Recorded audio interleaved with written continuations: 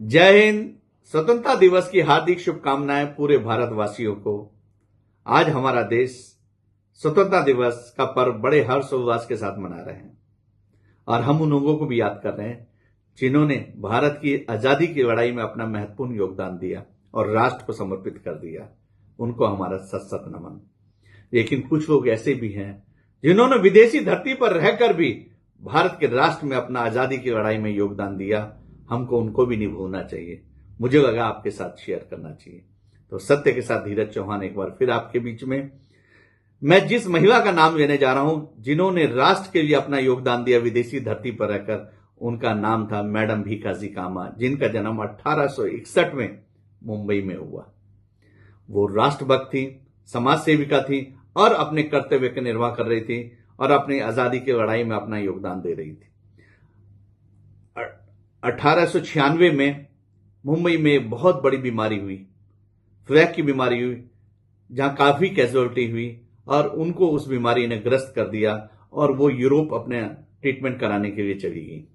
लेकिन विदेशी धरती पर रहकर वो भारत को भूली नहीं और अंतर्राष्ट्रीय मंचों पर अपना इस आजादी की लड़ाई लड़ती रही, जगह जगह मीटिंग करती रही, अपना लेख लिखती रही, वो पार्टिसिपेट करती रही। उनका एक ही सपना था, भारत देश आजाद होना चाहिए, भारत को स्वतंत्र होना चाहिए और वो हो के रहेगा। उनका मेन नारा था भारत को स्वतंत्र होना चाहिए और अंतर्राष्ट्रीय प्लेटफॉर्म पे वो अपना कार्य कर रही थी।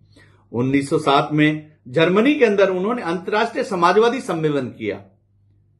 वो इतिहास रहा देश का, भारत के लिए सबसे महत्वपूर्ण दिन था वो, जब उन्होंने अंतर्राष्ट्रीय समाजवादी सम्मेलन किया जर्मनी के अंदर और उन्होंने पहला इनिशियल फ्लैग वहां पर फहराया।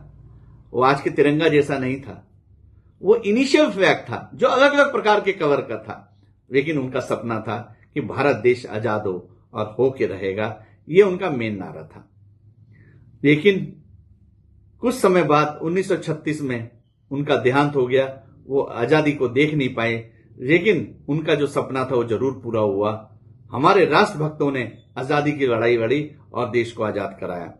मेरा एक चीज और कहने का मकसद है, जो विदेशी धरती पर हमारे भारतीय रह रहे हैं, पूरे वर्ल्ड के अंदर रह रहे हैं, वो भी राष्ट्र को, अपने आप को राष्ट्र में जरूर योगदान दें, भारत के लिए योगदान दें। योगदान देने का मतलब पैसा नहीं होता। किस किस रूप में इस उगते हुए सूरज को, भारत को उगते हुए राष्ट्र के लिए अपना योगदान जरूर दें और पूरे भारतवासी जो देश में रह रहे हैं, विदेश में भी रह रहे हैं, इस पावन पर्व को बड़े हर्ष और उल्लास के साथ सेलिब्रेट करें, एंजॉय करें और देश का तिरंगा शान से लहराएं और वंदे मातरम गीत जरूर गाएं। जय हिंद, जय भारत।